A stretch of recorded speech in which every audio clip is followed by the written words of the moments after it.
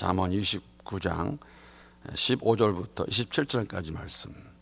오늘 본문 말씀을 크게 세 단락으로 나눌 수 있고 또 세 가지 주제로 생각할 수 있을 것 같습니다. 첫 번째 단락은 15절부터 17절까지 말씀인데 만약 주제를 정한다면 징계라고 할 수 있겠습니다. 둘째 단락은 18절부터 24절까지인데 주제는 18절 맨 앞에 나와 있는 묵시, 율법 또는 하나님의 말씀이라고 그렇게 정할 수 있겠습니다. 마지막 부분은 25절, 26, 27절 말씀인데 주제는 여호와 경외하는 것이라고, 여호와 경외라고 주제를 잡을 수 있을 것 같습니다. 이제 잠언서를 묵상하는 것이 이제 끝에 다 와가고 있는데 두 달간 이번에 함께 묵상하면서 특히 제 기억 가운데 많이 생각나는 것은 지혜로운 자는 책망과 훈계를 잘 받을 수 있는 사람이라는 것입니다. 이것을 한마디로 표현한다면 이렇게 표현할 수 있을 것 같습니다. 책망과 훈계는 지혜로운 자의 필수 과목이다 라고 그렇게 말씀을 드리고 싶습니다.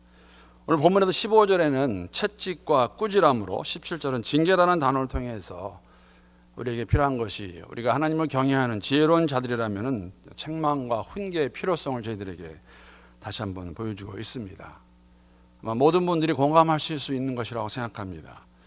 말을 듣지 않는 자식에게 필요한 것이 있다면 물론 사랑의 말이겠지만 그 전에 꾸지람이 있어야 되고 책망이 있어야겠죠.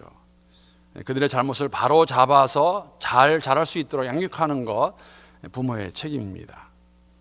자녀들을 책망한다는 것, 매를 든다는 것은 그들이 미워서가 아니라 그 반대죠. 그들을 사랑하기 때문에 매를 들어서 그들을 훈계하고 책망하는 것이기 때문입니다. 아주 중요합니다. 그대로 놔두게 되면 버릇없이 성장하게 되어서 제 멋대로 살아가게 될 것입니다. 미국 부모들은 잘하는 것 같습니다. 아이들이 디너 테이블에서 말을 안 들으면은 처음에 눈치를 이렇게 한번 줘요, 이렇게. 그러다 안 들으면은 제일 선한 말, 데이빗이니까 데이빗. 그래도 말 안 들으면 이제 어디론가 데려가죠. 주로 화장실을 데려갑니다. 그래서 애한테 엄마가 딱 쳐다보면서 훈계하죠. 그렇게 자란 아이들이 바운더리가 있으면서 잘 성장할 수 있는데 어쩌면 요사이 부모들은 특히 우리 한국에서는 또 중국에서도 그런 거 많이 보는데 애 기 살린다고 절대 야단을 안 쳐요. 우리 애가 어려서부터 기가 죽으면 안 됩니다. 그래서 키워놨더니 저는 그러한 것에 너무 신사적으로 대하는 것에 좀 레저베이션, 이의가 있습니다. 나중에 아들이 이렇게 자라게 되면은 기가 너무 세가지고 사회생활 잘 못해요. 다 내 중심이기 때문에. 그래서 아이들을 어릴 때부터 잘 양육하는 것 굉장히 중요한데 물론 성경에서 말하는 자만에서 말하는 내용은 이 정도가 아니죠. 더 이상입니다. 이스라엘 백성들에게 있어서 부모의 권위는 토라, 말씀의 권위와 분리해 생각할 수 없습니다. 하나님 말씀하신 대로 아이들을 양육할 때 하나님 말씀대로 양육하라고 그랬어요. 잘 계승해야 되겠죠.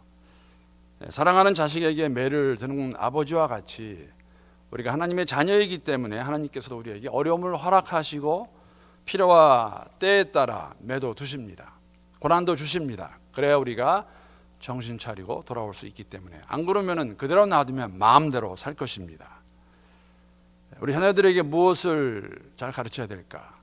다른 거 다 떠나서 항상 우리가 알고 있어야 되고 또 강조하는 부분 말씀대로 잘 가르쳐야 되겠죠. 그렇게 자란 아이들이 하나님이 경외할 수 있을 것입니다. 둘째 단락은 좀 더 구체적으로 자녀 교육, 어떻게 보면 각 개인의 가정에서 아이들을 어떻게 양육할 것인가를 떠나서 공동체의 훈계와 양육으로 초점이 옮겨지는 것을 볼 수가 있습니다. 징계 없는 자식이 방자히 행하듯 묵시 없는 백성도 말씀 없는 백성도 한국말에 그런 말이 있어요. 고삐 뿔린 망아지처럼 제 멋대로 행동할 것이라고 저희들에게 보여주고 있는 단락입니다. 묵시, 예언이라고 말할 수 있겠죠. 오늘 본문의 동일한 부분에서 율법이라고 말하고 있는 하나님의 말씀입니다. 하나님 말씀이 없으면 백성들은 나태해질 것이고 방자해질 것이고 교만해져서 그러한 모습이 사사시대와 같이 자기의 주장대로 자기가 생각하는 것을 믿고 개인적인 소견에 따라 행동하고 그 행동을 주장하게 될 텐데 그렇게 되면 항상 결과는 혼란이 온다는 것이죠. 특히 공동체 혼란이 올 것입니다. 교회 공동체가 말씀 중심이 아니면 동일한 결과를 가져오게 될 것입니다. 그래서 오늘 본문 말씀에서 보게 되면은 18절부터 말씀의 원리, 어떠한 것들을 가르쳐야 될까 저희들에게 보여주고 있는데 18절 말씀 보게 되면은 율법 지키는 자는 후반절에 복 있는 자라고 말하고 있습니다. 즉 하나님의 뜻을 따라 사는 원리를 우리가 배워야 되겠죠. 말씀을 그냥 읽고 은혜 받았다 그런 정도가 아니라 어떻게 잘 적용하며 살 수 있을까. 율법을 따라 사는 삶이 복 있는 삶이고 복을 받는다고 말하고 있는데 그것이 어떠한 삶일까. 19절 말씀 보게 되면 종을 어떻게 가르쳐야 될까에 대해서 저희들에게 보여주고 있습니다. 만약에 종을 엄격히 엄하게 가르치지 않냐고 좋은 말로만 달래면서 간다면 그 종은 나중에 주인이 원하는 것을 알면서도 순종하지 않을 것입니다. 책망과 꾸지람이 필요할 때 그렇지 않고 그냥 사랑의 용서만을 준다면 아마 그것은 질서를 무너뜨리게 되고 공동체 어려움을 줄 것입니다. 그래서 우리는 종을 다스릴 때에는 매를 드듯이 우리가 하나님의 종들인데 매를 드시는 주의 손길을 볼 수 있어야 되겠습니다. 20절 말씀은 말이 조급한 사람에 대한 경고입니다. 말이 성급한 사람보다 어리석은 사람이 오히려 소망이 있다고 그렇게 기록하고 있습니다. 말이 성급하다는 그 의미는 말을 적절하게 하지 못하는, 즉 말에 논리성과 설득력이 없다는 것이죠. 왜 사람들이 말을 성급하게 할까? 왜 빨리 할까? 물론 성격적인 문제도 있습니다. 그러나 그거보다 더 큰 것은 자신이 배운 것이라고 생각합니다. 특히 이제 감정을 컨트롤하지 못할 때 우리가 말을 좀 조급하게 하고 성급하게 하고 그랬을 때 그 말에 논리성이나 아니면 설득력이 떨어지겠지요. 저는 그 중에 한 명입니다. 저 뚜껑 열리면 말을 빨리 하면서 말하는 저도 이해가 안 되고 듣는 사람도 이해가 안 되는 것 같아요. 이게 문화적인 게 참 많습니다, 여러분. 제가 근래에 느낀 건데 여러분 그거 아시는지 모르겠어요. 포틀랜드가 요새 한국 사람은 잘 모르겠지만 미국 젊은이들한테는 이렇게 뜨는 도시예요. 그 이유 중에 하나가 무엇인지 아세요? 음식입니다. 음식이 좋은 데가 참 정말 많아요. 포틀랜드에. 저도 관심이 있는데 뭐 여러 가지로 못 가는데 제가 가는 데는 이제 우리 딸들이 다니다가 저를 데려간 데가 있습니다. 한 번은 저 아내를 데려갔는데 처음에 경고를 했는데도 아침부터 가서 한 1시간 기다리니까 짜증나더라고요. 그러면서 뭐 이걸 먹으러 이렇게 올까 했는데 그런데 상당히 많습니다. 그래서 어떤 사람은 그렇게도 얘기해요. 5시에 문을 여니까 5시 전에 와라. 그래서 한번 가봤는데 다른 식당을 그래도 사람이 있더라고요. 그래서 30분 기다려 들어가고 뭐 그렇게 하는데 음식이 맛있는데 30분 기다리는 거는 괜찮은 것 같은데 맥도날드 가가지고 3분 기다리면요 짜증납니다. 이게 3분 기다리게 할까? 아마 우리의 요새 문화라든지 또 마음의 생각들이 그런 것이 있기 때문에 또 감정이 컨트롤되지 못할 때 우리가 말을 성급하게 해야 되는 것, 말을 조리 있게 못하는 것, 적절하게 못하는 것, 그런 사람보다 미련한 자가 더 희망이 있다고 그렇게 저희들에게 말해주고 있습니다. 19절 20절의 내용을 공동체에 적용한다면 이런 게 될 것입니다. 올바른 공동체 안에는 필요한 책망과 적절한 가르침이 있어야겠죠. 그렇지 않을 때에는 21절의 대가를 치르게 될 것입니다. 종이 자식같이 행사한다. 성경학자의 의미는 확실히 모른다고 그래요. 그러나 분명하게 알 수 있는 것은 불필요한 좋지 않은 결과가 있을 것이라는 것이죠. 22절부터 24절까지는 공동체가 필요한 교육에 대한 몇 가지 예를 아주 구체적으로 저희들에게 보여주고 있습니다. 22절 말씀은 분노를 잘 다스리는 법에 대해서 말하고 있습니다. 화를 잘 다스리는 것. 공동체 지체들 간의 감정의 조정 또는 절제할 수 없으면 화를 잘 다스리지 못하게 되면 다툼이 생기고 범죄가 증가할 것이라고 저희들에게 말해주고 있습니다. 여러분, 우리 모두가 이 감정 조절, 분노, 화 잘 절제하셔야 돼요. 안 그러면 공동체가 어려워집니다. 23절은 교만과 겸손에 대한 내용입니다. 다 아는 내용이죠. 교만한 자의 자리는 낮아지게 될 것입니다. 겸손한 자의 자리는 높아지게 될 것인 것. 영광을 받을 것이라고 말하고 있습니다. 만약에 교회 안에서 지체들이 모든 성도들이 겸손한 마음으로 서로를 섬기고 서로를 존중하면 어떻게 될 것인가? 어떻게 될까요? 모든 지체들이 높임을 받을 것입니다. 우리가 섬김으로 나가고 우리가 존중한다면 그 모습 보여주고 있고 24절 말씀은 저희들이 사실은 침묵으로 많이 동참하는 부분이 있어요.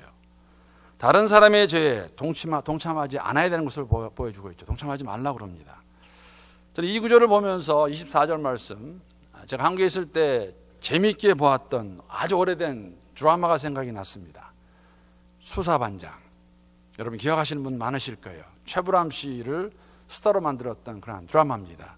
아시다시피 수사를 펼치는 드라마였는데 도둑이나 강도 잡는 것이죠. 그런데 그 중에서 오늘 본문 말씀과 생각나는 것은 뭐였냐면은 남의 집에 들어가 도둑질을 하지 않았는데 함께 잡혀가는 사람들 꼭 있어요. 누군지 아시죠? 장물아비입니다. 장물아비.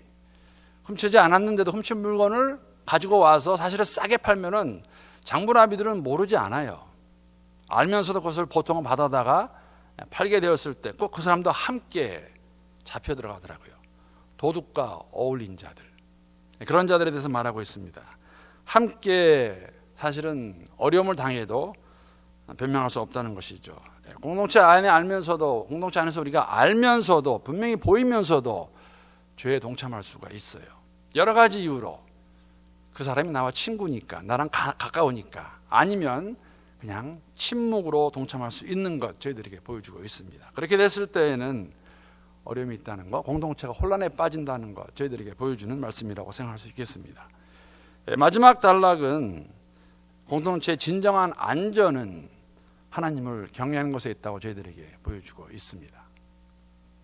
사람을 두려워하면 덫에 걸리게 될 것입니다. 언젠간 덫에 걸릴 거예요. 올무에 빠지게 됩니다. 사람 의지하다. 그러나 하나님을 의지하면 안전할 것이라고 25절은 저희들에게 말해주고 있는 것을 보아서 우리가 마땅히 들어야 할 대상이 있다면 여러분 사람이 아니라 하나님 한 분이세요. 그분의 말씀이라는 것이죠. 여기 나와 있는 그 안전하다는 의미는 원래 의미에는 높아지다의 의미가 들어가 있습니다. 뜻이 들어가 있는데 두 가지로 생각할 수 있겠죠. 시편에 나오는 우리 하나님은 산성 같으시고 망대와 같으신 분, 우리에게 안전을 주시는 분. 그렇게 해서 우리가 주 안에 거할 때, 주님 안에 있을 때, 하나님을 경외할 때 안전한 의미가 될 수도 있고, 또 높아지다에는 여러분 높아지는 것, 높이 올라가는 것, 즉 공동체의 부흥, 발전이 어디서 올 수 있을까? 사람들의 말이 아니라는 것입니다. 하나님을 의지할 때, 하나님을 경외할 때에 우리가 안전할 것이라고 저희들에게 말해주고 있습니다. 진정한 경외는 스스로 지혜롭다 생각하는 것이 아닙니다. 그래서 스탑하는 것이겠죠. 스탑하고 하나님만을 겸손히 바라보는 것, 주권자이신 하나님의 은혜를 구하는 것이라고 오늘 이 단락에서 보여주고 있는데, 공동체가 끊임없이 또 항상 간구해야 되는 기도의 제목이기도 합니다. 그렇기 때문에 여호와를 경외하는 것이 공동체가 함께 계속해서 지속적으로 우리가 모일 때마다 새벽이 되었건 수요일이 되었건 주일이 되었건 하나님의 은혜를 생각하며 감사하고 더욱더 강구할 수 있는 우리 모두가 되어야 될 것입니다. 말씀을 마치면서 이러한 질문을 스스로에게 던져봅니다. 우리는 정말로 진정으로 내 자신과 자녀의 안전을 위해서 하나님 말씀을 잘 지키고 가르치고 있는가?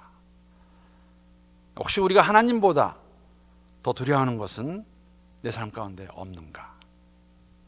더 나아가서 우리 삶의 일부가 아니라 모든 영역에서 하나님을 인정하며 살고 있는가?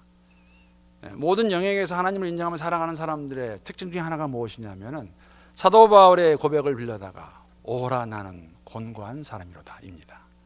하나님 알아갈수록 내 모습이 비추어지고 내 모습 바라볼수록 나는 정말 죄인이구나. 예전에는 나를 바다하지 않던 것들이, 예전엔 괜찮은 것들이 이제는 나를 힘들게 하는구나. 왜? 하나님은 거룩하신 분이기 때문에.